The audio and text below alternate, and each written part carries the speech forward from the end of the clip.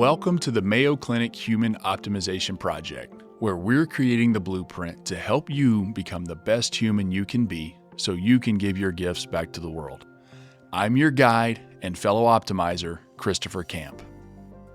Our world is fueled by feedback. Most people crave more, and it's essential to helping others improve and achieve success. Despite this, most of us still struggle to provide honest, meaningful, and actionable feedback to others. Accordingly, we're leaving a lot on the table by not getting the most out of one another. To help us improve at this, our session today is titled How to Give Feedback, the Art of Being Candid, Clear, and Constructive. Our expert guest today is John Poe, the Department Chair of Education at Mayo Clinic College of Medicine and Science. In that role, John leads strategic and operational planning, leadership development, fiscal oversight, and performance. With more than 25 years of leadership experience, John has held a diverse range of key roles, including management, accountant, clinical practice administrator, business plan leader, revenue cycle manager, graduate medical education administrator, division chair for shared services, chair of quality and affordability, and associate administrator for the Kern Center for the Science of Healthcare Delivery. John's an active member and leader on numerous Mayo Clinic committees and boards, including the Charterhouse Board of Directors, Mayo Clinic Administrative Executive Team, Mayo Clinic Executive Operations Team, and the People and Culture Committee, among many others. Well, John, welcome to the program, and thank you so much for joining us today. Well, thanks, Chris. I truly appreciate being invited and would more than be willing to share some experiences that I've had and see where we go from this in a conversation. Excellent. Let's do it. So we like to keep things organized. We have three big sections we're going to walk through, and I have a big question that kind of highlights each of those. So the first big question we're going to tackle, what exactly should effective feedback look like? And then the second is going to be, why is it so challenging for us to give candid feedback that's also constructive? And then the third, we'll try to get into some solutions, and I'll ask, what are some clear practices we can put into place to become better at delivering feedback that works? Great. Good with that? Sounds good. All right. So we'll jump into this first section where we're going to kind of define what feedback is and what it looks like. So how do you define feedback, and how is it different than general praise or evaluation? Right. Yeah, no, it's a wonderful question. I stress the fact that how we define feedback is important in the sense of, are people actually receiving what we're speaking about, right? Whereas evaluation is pretty clear cut. You either performed well, you didn't perform well, and there's a grading system that's attached in some form or fashion. Well, with feedback, it's received, and there should be actionable steps afterwards, right? And the challenge is, I'd say feedback is not just you wanting to tell someone something, it's why are you telling them this? What's the purpose behind it, right?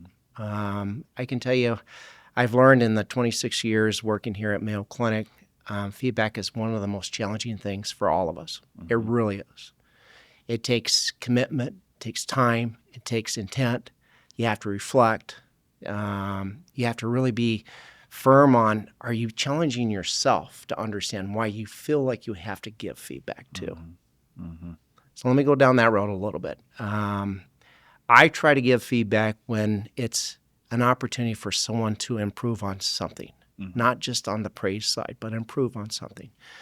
And in order for someone to take that feedback, we have to have a relationship. We have to have that trust. We have to understand that we're helping each other. As much as I want to give feedback, I also want people to give me feedback. So that's a position I'm personally trying to take when I want to offer up feedback. Is this something that I could receive and do something with it? Whereas evaluation, you get an evaluation once a year. There's a standard form. It tells you what you're going to be graded on. It tells you where you perform in relation to what's expected. Well, feedback should not be that formal process in my mind. Feedback is part of our conversation and our relationship. So trust is critical. Well, I think you've highlighted some key elements there as well that are really important. So you mentioned trust. The goal is for improvement. You need to have a relationship with that person, so you need to know them. So I think those are all key elements that must be present in order for the feedback to be effective. Are there some other key elements that you think you would add on to that list?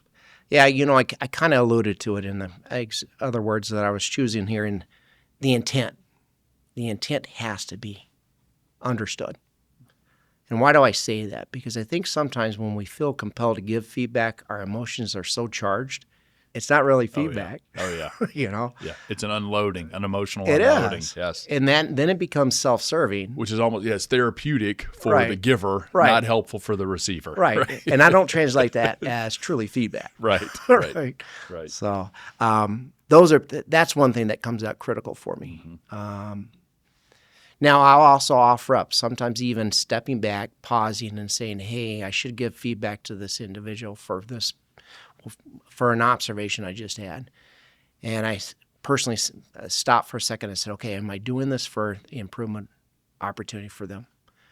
I have to also ask, are they willing to listen to it? Mm-hmm. So I'm going to point to, is the timing right? So intent and timing are also critical in this. Mm-hmm. Is the timing right? If I wait, especially if it's off an observation, if I wait too long, the connection for that conversation to really be impactful diminishes over time in my perception. That's kind of how I read it. And when you say timing, I'm hearing two separate things in there. One, that it has to be timely and probably close to the event that you're giving the feedback about you, but it also has to be an appropriate time where it will be received. But if they've just gotten some terrible news about something else, or they're distracted, or they're overwhelmed, or they're not going to focus, then that's not going to be well received. Yeah. So there's a few elements to that in there. Correct. I also think feedback is one of those things that has to be balanced. Mm-hmm. And that, you mentioned sort of the emotional unloading, which is not helpful. It has to be balanced in that you need enough of a squeeze that you can motivate somebody, but not so much that it devolves into defensiveness or people feel like it's a punishment. And so I think that balance can be really difficult to navigate. I totally agree. And I'll use a recent example. Typically what will play out is we'll be in these large group sessions or a group meeting or a committee meeting and whatnot, and you'll see an observation. And I feel compelled, and maybe I want to reach out to that colleague or a person on our team.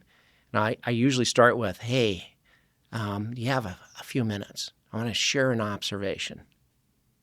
And that's the first signal. Mm-hmm. Okay. If they say, sure, well, it's wrapped around this observation that played out in this committee meeting. And I want to make sure you're aware, kind of from a lens of me looking at what played out. What do you think? How did it go? So you start with some questions that starts that balancing. That really gives you a sense. Okay, did they see it? Did they feel it? Mm-hmm. Did they observe it? Even though they were probably doing it. Yeah. Where are they at? Because if the self-reflection's not there, then there's a great opportunity for people to first receive this in a defensive stance, like you said. The minute you take a position of offense and defense, it's no longer a constructive conversation in my book when it comes to feedback. Mm-hmm. Okay? I also qualify. I use a lot of, hey, here's what I saw. Help me if I saw it differently than what you did. So it's an exchange between us. It's not a one-way street.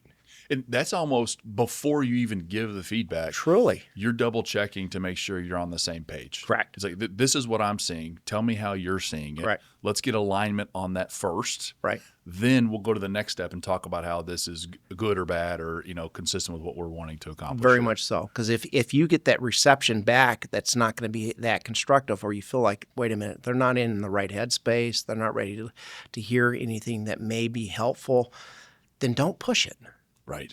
The minute you push it, now you've derailed yourself on possibly being successful in this. Yeah, excellent. So. You also mentioned earlier that this has to be goal-oriented or forward-facing. Right. You have to do this with the intention of improving some behavior or action or something in the future. Right. Which I think is sometimes not always the case with praise or evaluation. That's another way that feedback is distinguished. So tell us a little bit about how you think about the next steps after feedback and how it's important. Yeah, I think the next steps after feedback is follow up with the individuals. I not only want to focus on one event, but let's say we provide feedback to a colleague and the colleague says, this is great. Okay, I want to pay attention to this. We actually at times make agreements amongst ourselves and says, okay, next time I'm presenting, can you watch for this? Or vice versa. Sometimes I'll actually say to the individual, hey, tell you what, look, when I'm presenting, feel free. Observe how I'm doing this. Is it impactful? Is it helpful? Evaluate me. Okay? So we become supportive of each other in this conversation. Now, it's interesting.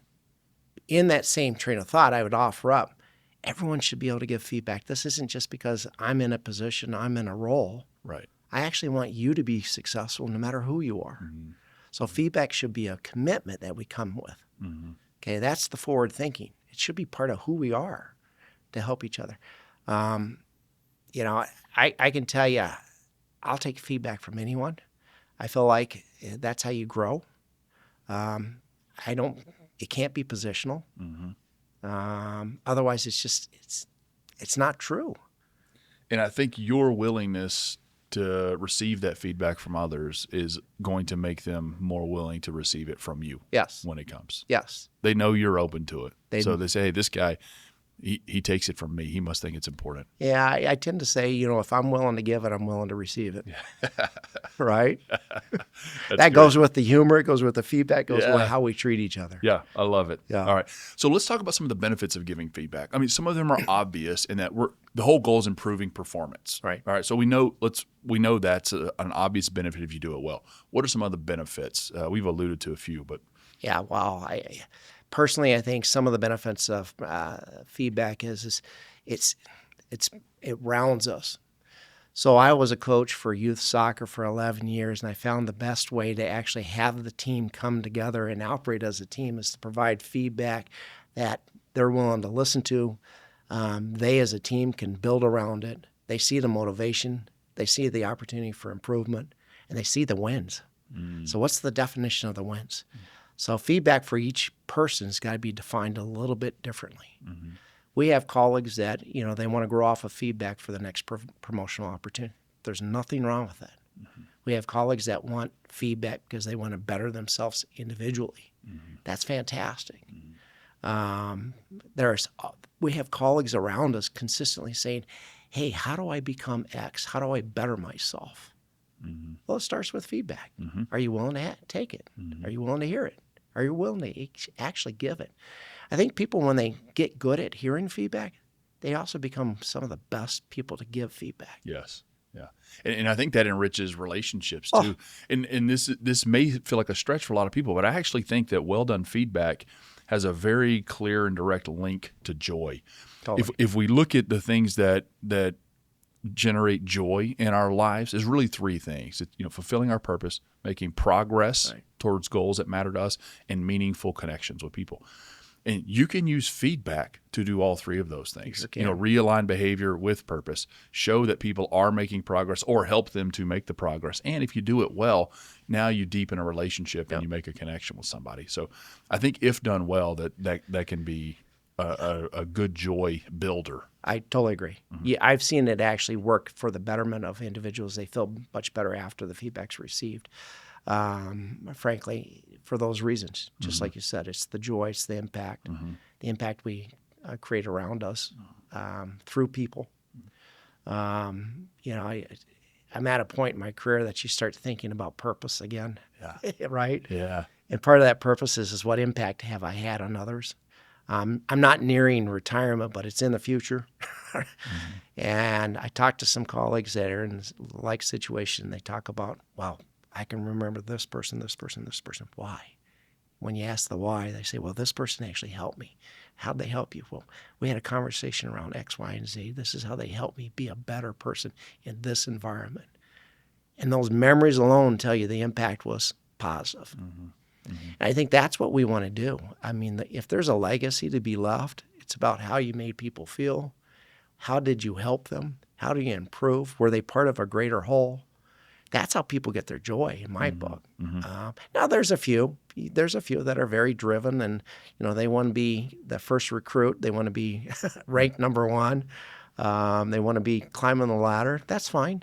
But I bet you if you get to the core, part of this is actually being part of a bigger whole. And that's what makes Mayo's culture, personally. And I think all those things are easier to do on the positive side. Right. But oftentimes feedback has a real negative feeling or a negative connotation to it. Yes. So how do you navigate that positive versus negative feedback? Or maybe those labels aren't even appropriate. Yeah, no, I actually think they are. And I Okay. would say sometimes when I thought I was giving good feedback, it actually backfired on me. Yeah. And it backfired in the sense because I wasn't reading the person well enough that I understood that, hey, the words I'm choosing are not the words that are being received. And it turned into a scenario where one recent example, last probably 5 years ago, the person felt like I was talking down to him. And I didn't read it that way. And it didn't happen. It didn't come to my attention until that person expressed,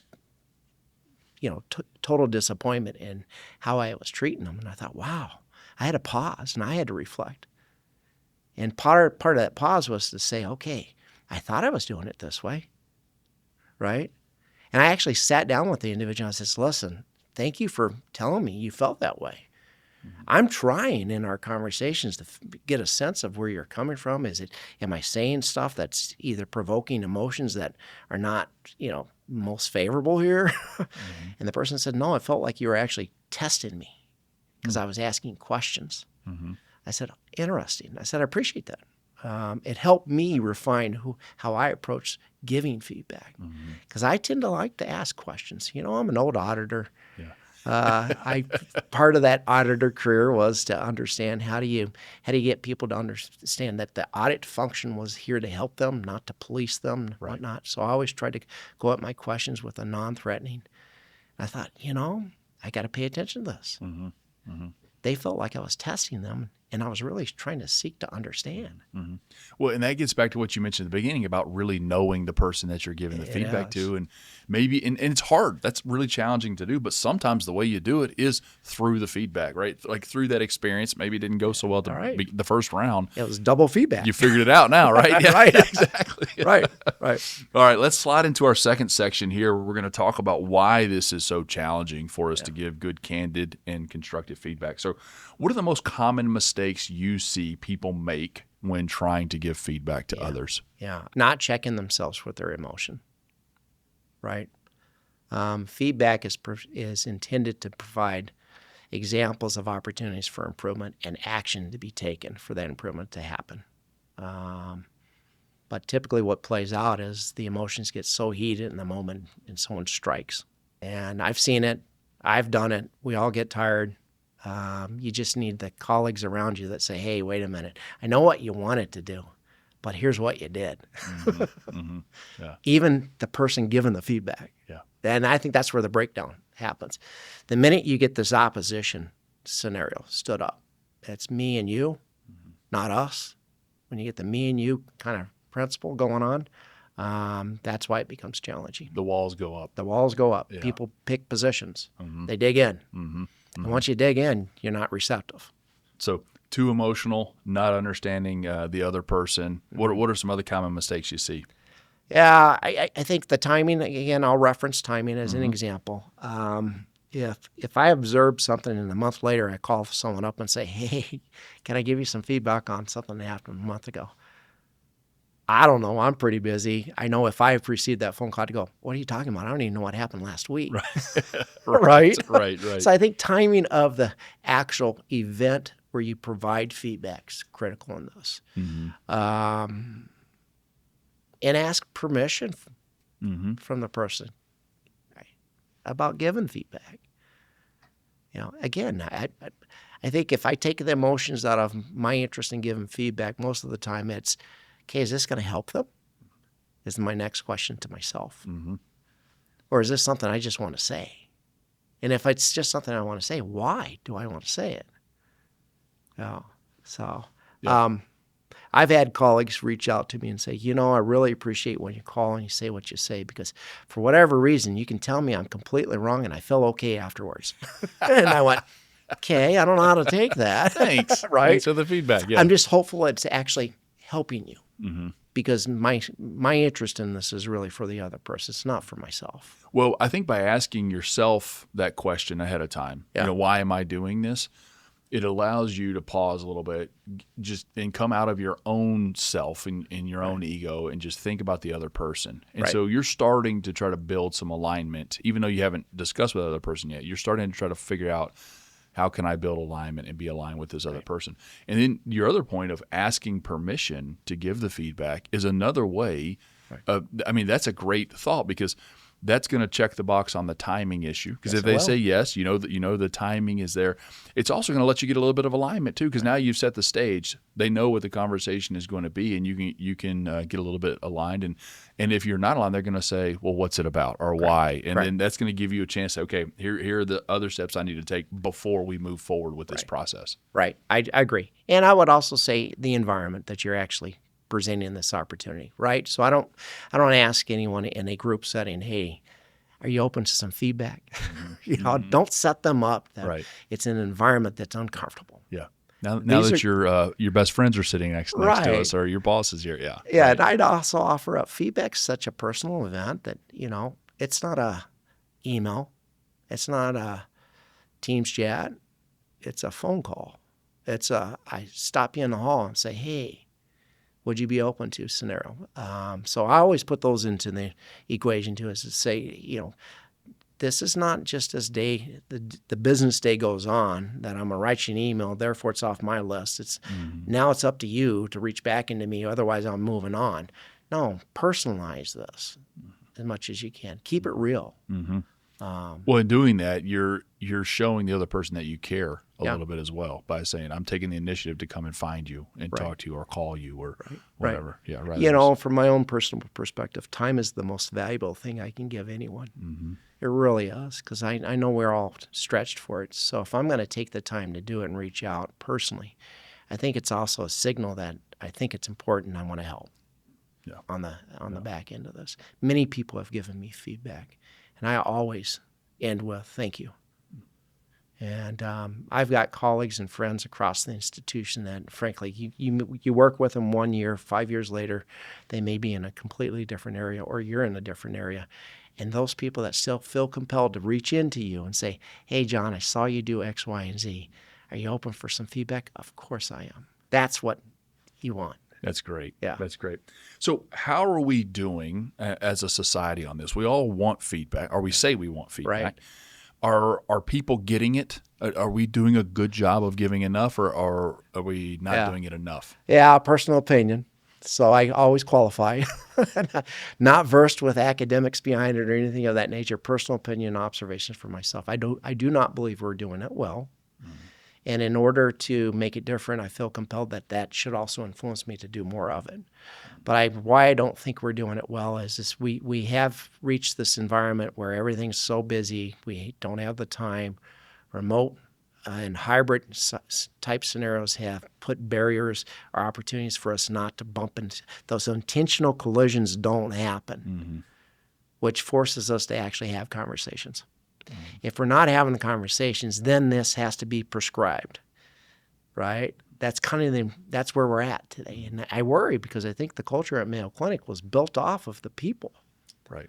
I get it. We're here for the needs of the patients, but without the right people, the patients will stop coming. Yeah. And part of having the right people is, how we treat each other, how we act, what we lead with, our values, all of this. And I think even to have our values, feedback's critical to ensure that those values are in place and that we're actually holding each other accountable to those. The crucial conversations, like we used to call it back in the day, they're not happening. And I worry. Yeah. Well, it's interesting too, and I think there is data that shows when you ask managers or supervisors how often they're giving feedback versus you ask the employees how often they're receiving feedback. Big difference. Totally. People think they're giving it quite often. Yeah. People feel like they're receiving it not that often. The reality is probably somewhere in the middle, but both sides are viewing it a little bit different than what the reality is. So I do think that shows we need to be doing more of it. And it would probably, the employees would probably recognize it if it were more meaningful and impactful. Agree. And part of that is, I wonder if employees think that they're not getting much of it because so much of the feedback they're getting is not helpful. Yeah. And it's easy to forget unhelpful feedback. Yeah. Truly. Or it's so prescribed to a process. Right. I mean, how many people, when you ask them, if you're relying on the annual evaluation as the feedback mechanism, how many evaluations are you behind? And I will tell you the majority are behind. Way behind. Yeah. So then I always express, I said, well, you shouldn't wait for that. Feedback should be, it's the norm of what we do. Mm-hmm. It's not a prescribed time frame. It's not a form. Right. So commit to that. Yeah. We also talked earlier about feedback having to be balanced in that it needs to be, firm enough to motivate action, but not so soft or not so firm that it kind of demotivates or demoralizes. And also if you're too soft, then it may not motivate. So it is a little bit of a fine line. So I want to ask you, what are some of the downsides of being overly harsh with feedback? And then after that, I'm going to ask you, what are the downsides of being too soft? Yeah. So let's go overly harsh first. Yeah. What's a problem with that? Yeah, I think the overly harsh part of that is people shut down. Mm-hmm. Okay. They do pick that defensive position. Now you're telling them what to do. It's not feedback. You're just telling them what to do. So do you want to be a leader or do you want to be a manager in that conversation? A leader inspires, motivates, and people walk away with actionable steps. A manager tells them what to do, and you either did it right or you did it wrong mentality. And I think that overly prescribed approach puts you in that situation where people immediately just go, okay, they're either going to give up, walk away, burn out or push back. I mean, it's got all the negative connotations attached to it. Mm-hmm. Is that over prescription or that overload? Mm-hmm. And I think there's often a false sense of success with that because sometimes being overly harsh can help somebody get what they want short term. Sure. Immediately, people will fear is a motivator. Sure. Not a great long-term motivator, but sometimes. And so I think some people will think, well, this is working. Not for long. Yeah. If it's usually not working. And if it is, it's only going to be for a short time. I'm going to use another example of what I personally experienced. So in one period in my career, I was actually a firefighter for the Air Force. I became a crew chief. So this is a position on the truck that actually you're supposed to be instructing how things play out. And you're supposed to give feedback and instruction, right? Well, the reality is you can tell someone in a scenario that's life, someone's life is on the jeopardy. You can tell them, here's the feedback, and this is why you need to do this. Well, there's an association of the outcome you're aiming to achieve. It's life or death. Mm-hmm. But the reality is when we were doing this training stuff, I always tried to encourage people. I said, listen, we're all supposed to give each other feedback. We recognize this as life and death, but at the end of the day, you got to have my back, right? And I don't care what position you are on this truck. So we accept it when you had to be very prescriptive and pushing, because there are certain things that point blank, if you don't push it, the importance of it doesn't get heard, right? But the majority of the stuff that we're doing these days is not life or death. Right. And in those life or death situations, there's hopefully some collective understanding or agreement. That's the point. This is right. That's the point. You said it much better than I. We're turning the heat up here, and that's okay. Yeah. The situation We know calls why. for it. Right. We know why. What about the flip side of that? What about when you're too soft with feedback? What are the downsides there? Yeah, you're seeking more friends. Yeah. Yeah. You're seeking more friends. And we all have friends, right? And we all want more. And we all want more. Yeah. And we feel good about it when we walk away and everyone has friends, right? I mean, the downside is they're not going to grow from that perspective. You're not being transparent enough to actually help someone. You're making them feel good. And if the intent's to make them feel good, more power to you. And if the intent's to help them beyond the friendship that you have, too soft is not going to get you there. It's interesting. Actually, I hadn't thought about it until you just said that, but maybe there are some short-term benefits to being too soft. You make a friend, you make somebody feel good. Long-term, though, is it good for their overall growth, the progress of the team, et cetera? Probably not. Yeah. Well, Chris, great point. What I would offer in that is again, part of feedback is that relationship. That's the core part of this, right? So if your relationship's fairly new, you might have to be more soft than you typically would be. As you develop that relationship, for more reception, you should intentionally start backing away from the softness so it's more concrete and actionable. So there are probably times that I unconsciously am more soft than I would probably be with others, and it's probably because where I'm at in that relationship, again, with that person. You know? Yeah. And we've been talking about feedback for an individual, but there's also feedback for a team. And there are two different ways I think we should think about approaching that. Yeah. So tell me about that for the team. How do you approach that? Yeah. So for the team, we really try to lead our groups with this concept of team of teams, that we're all in this together, right? That it's not HR structure. It's not my people versus your people or my structure and your structure. It's all about if we have purpose behind what we do and we can define what we need to get done, it doesn't matter where you report or what structure. Come together. As leaders, we should be putting people on the problems because of the best people to be put on that problem to solve for it. So when we give feedback, it should be group feedback, right? So I'm doing a lot of intentional collisions where a good portion of our team is remote or across the enterprise, so they don't see each other physically often. So we do huddles. We're back to the old things of having huddles. Why do we have huddles? I don't want an agenda. I want us to go roundtable, popcorn agenda type, saying, hey, do you have a topic today you want to share with others? It's creating these opportunities for those relationships to solidify a little bit more. They actually have conversations, not presentations, not report outs. It's actually start the conversations where people can really test each other. And get to know each other. Get And to you're know each exactly other. right. I mean, and as that relationship advances, then you feel more comfortable with each other. You know the strengths and weaknesses of everybody. It allows you to give better feedback, allows you to just squeeze a little bit more. But it also allows, I think, with that squeeze that you give the other person, if you know them better, it also allows you to say, hey, I'm squeezing you because I know you can do this, because I have faith in you, which you don't always have at the very beginning. No. But over time, you start to develop that trust. And now I know, okay, I can push a little harder because I know you've got more in the tank. And I think that you can do this. And I believe in you, and I'm going to support you in that. Yeah. And I'd add to that. So we've been working on the individual component of this, of one-on-one feedback. But as a team now, the intent here is they actually have them. What we do amongst ourselves, between the two of us, they actually start doing amongst themselves as a larger group. Yeah. So as I've tried to convey this, you got to have feedback. You have to have trust. The foundation of this is trust in relationships for feedback to be received and acted on. On the individual side, when they start doing what I see us doing when it's one-on-one, but they do it amongst themselves, then there's my joy.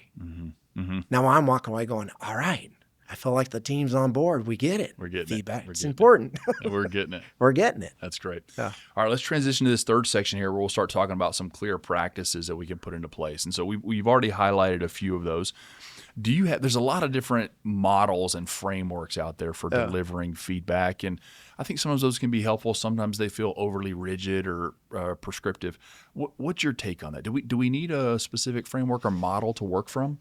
Only if it helps you. Okay. Because remember, I think the success of feedback starts with the individual giving it. Okay. And if it helps you to have a model to help frame how you think and operate, more power to you. I typically start with personally, okay, here's the situation. Here's what I've observed. Are you willing to hear it? Okay. And then go into the actual description of this. Now, some people like to go deep. I usually start with a little bit and see how the reaction is. Okay, when you were in presenting, here's what I saw. Did you notice the body language around the table? And the person goes, what? I said, well, maybe that's phase one. Were you there to just tell them what you wanted to say, or were you there to actually provoke them to be part of what you wanted at the end? What was your intent, your impact? What impact were you seeking, right? And usually what you find is people go, I put so much effort into the presentation. I put so much effort into the materials. I didn't pay attention, right? And when you make that connection of going, okay, what was your intent? Where did you see it, opportunities for improvement? They can self-identify before you even have to go, well, yeah, when you said this and that person reacted, what do you think? Well, I could have done this, this, and this. Now they're part of the solution. All I'm doing is bringing forward the event, okay, the situation. I'm trying to talk about what actions they took, and then what impact did they have? It's the outcome. What outcome did you get your outcome? Or if you didn't, why not? What could you have done differently? And usually what happens is that's the conversation that we exchange, right? So it's like bringing back the scenario, sharing kind of what the observation was, and talking about what was the impact, do you think? Are you going to be invited back? It's interesting. So I'm taking notes as you're saying that, and I realize most of what you said was asking questions. Yeah. Rather than actually giving them your opinion. You're asking questions. So, in putting this together, what you said earlier, so for you, it's sort of, you first sort of start and ask yourself, why do I want to give this feedback? What are my intentions here? And then second, you ask the person, can we talk, or can I give you this feedback? And then your third was, here's my perspective. This is what I'm seeing. Yeah. The fourth was, what was your intent or your impression, and what did you see? And do you think you hit that mark? And then why or why not? Right. I mean, out of all of the, what is that, 7 points there, 6 of them are questions. Sure. Yeah. That's the danger, as I spoke earlier. If you're not good at asking questions and people take positional, you got to, it's cautious. But I do that for seeking to understand, one. Two, also help me understand where they're coming from the perspective of, did they see it? If they didn't see any of this through your question, I probably don't get to 7. I probably don't get to 6. Right. I probably stop at 2. Right. So you're not always forced. You don't have a set agenda. Here are my bullet points. We're getting to the end of this no matter what. Right. AKA then I don't end up with a model or approach that's stuck. Right. Okay. Right. Excellent. Yeah. You talked earlier about the appropriate setting for giving feedback. I'd like to come back to that a little bit more. Yeah. And there's times maybe it's one-on-one, times it's with the team. What are some factors that people need to be considering about being in the right either physical space, mental space, whatever, about the setting, and maybe the mechanism, whether you're texting this or talking about it in person? So I spoke about the mechanism. I really believe feedback should be personal. So as much as you can do it, you need to do it in face-to-face. I'd also offer up a good portion of the feedback that I usually, when I do a reach out and say, hey, I got some feedback I'd like to share with you. I intentionally do not do it in my office. Okay. I go to their office or I meet them somewhere. We meet in the river room. We meet and you pick it. I'll buy you coffee. Yeah. Okay. It's in their environment, not my environment. Because that's that positional thing again. I don't want it in roughly or intentionally. There is no intent here that this is coming from a positional or from just my perspective. If you're willing to hear it, I'm going to come to you because I feel valued enough. I value your reception, the importance you have in this. That I'll come see you. So it's effort again. It's if you give the effort and they see it, they're more than willing to listen. So there's many times I just walk down the hallways and say, hey, do you got a second? Oh, if you don't, hey, I got an observation. You want me to schedule something? Sure. So I take the onus on getting it scheduled. And usually that scheduling is in their environment. That's great. And it tells them that this clearly matters to you and Totally. it's important, and that you're willing, this is not something you're dumping on them. Correct. You're willing to meet them halfway or maybe even further than that. Correct. All right. So we've talked about a lot of different concepts and topics around this. I'd like to let's do a real world example. Yeah. Can we do that? I'm going to give you a scenario here. I'm going to see how you'd give me feedback on it. Okay. So let's say I'm a member of your team and I'm doing a poor job and I'm not meeting deadlines, getting distracted, not delivering on what I said I would or what's expected of me. And this is performance, I would say, is not just noticed by you, but it's starting to be noticed by other members of the team and maybe driving down team morale. And I'm fairly clueless, or at least my behavior suggests I have no idea that this is a problem and it's going on. How would you approach that with me? Yeah. Usually what would happen is I'd walk down your office, say, hey, Chris, you got a second? Sure. You either say, yeah, Let's do it. All right. Hey, observation for you. Couple things. First, I'm extremely concerned about you. I care about you. What's going on? What do you mean? Yeah. Well, we've recognized some performance things that have raised its head. You're late on a couple items here. It feels like in this last presentation to the group, maybe you're distracted a bit. Others have raised the question to me. I've encouraged them to reach out to you. You know, I'm not a big fan of people coming to me about someone else. I always start with, well, did you give them feedback? Did you start with them? So you may or may not get some folks leaning in. I hope they do. We all care. We want to make sure you're doing the best that you can. This is uncommon for you. I've seen you succeed and do well. Mm-hmm. In presentations, that last presentation that you did at our all-staff meeting was well received. Some of the best feedback to what we've ever had from a presenter. But this event that just played out with the committee yesterday, it wasn't you. Mm-hmm. Is there something that we can help you out with? Yeah, it's interesting you say that. You know, I've had a few people that have come to me and started to say something, so I wondered if maybe something was going on. But you know, really the thing yesterday was actually Jake's fault. I feel like Jake, he was supposed to have all the slides to me in time, and he never got them in, and he really let me down in that. Okay, fair enough. Well, have you talked to Jake? I have not. Yeah. So part of this is recognizing something else may be going on with Jake too. So as a team, and we're leaders in this, we all have a responsibility for each other. Reach out to Jake, find out what's going on. You had an opportunity. We never want to set each other up for issues where it may not be the best showing of ourselves. So lean into Jake. Let me know how that goes. If there's anything I can do to help, but we need to improve this. Mm-hmm. Your success is dependent on Jake's. My success is dependent on yours, and vice versa. All right, sounds fair. So I like that. So we'll pause that. And several things that you did in there that I noticed that are really, really good. First, you made it obvious that you believed in me, that you thought that I could do a good job. And you also highlighted the fact that this is uncharacteristic from some of my other work, which was great. So it tells me that you have at least been paying attention to some of the things in my past, so to speak. You also, you asked a lot of questions to try to figure out what was going on, and then even when I blamed somebody else, you followed up with another question, which was, have I talked to Jake yet? So it was still a way of, putting it back on me to say, oh, yeah, there is some accountability and ownership in this. And never once did I feel like you were coming down. You also was very clear that you were supportive of me and that you wanted it, not just for your sake, but you really focused on how you knew I was better, and that was what the team needed out of me, not specifically for you. So you didn't make this about yourself, trying to get something out of it for me, which was really good. Yeah. Hey, great summary.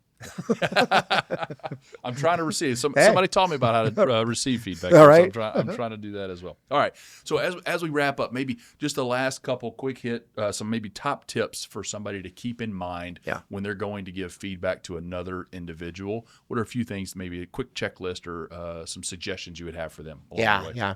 First step, pause, stop for a second.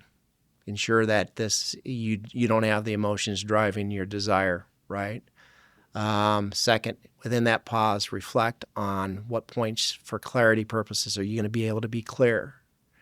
You also have to be concise with this. You don't want to demotivate, you want to motivate, right?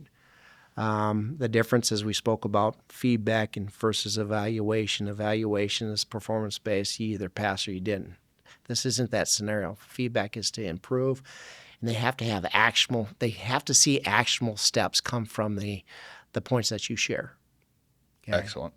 I love it. All right. So I'm going to kind of summarize what we've been discussing here so far in this session, and then we'll give you a chance to run through the three big questions again. So we talked about how feedback is different from standard evaluations or just praise. Some of the key features of feedback are that the goal is to improve. You need to have a relationship with the other person. There must be some trust. Your feedback has to be true and candid. You have to think about your intent, which shouldn't be about yourself. It needs to be timely, meaning close to the event, and also the person. It has to be a good time for that person to receive it. Should be unemotional. Needs to be balanced, so you've got to be firm, but not too firm. Very clear with the next steps, and also two-way. You have to show that you're open to the feedback as well. We talked about how we can link feedback to joy, and that feedback's a great way to help clarify purpose, progress, and connection, which is what defines joy. We talked about a lot of common mistakes, which I think was really helpful. And then I loved your framework that you gave with those 6 or 7 points. And you first ask yourself, why do I want to give this feedback? Right. And then second, you ask the person, can we talk, or can I tell you about an observation? Can I give you feedback? Third, you say, here's my perspective. This is what I'm seeing. And then you ask, what was your impression? What did you see? And then you ask, what was your intent? And then do you think you hit that mark? So you're really giving feedback by asking questions and sort of guiding them through that process. And then I loved your tips at the end. Take a pause, check your emotions, make sure you lead with clarity, be concise, give actionable steps.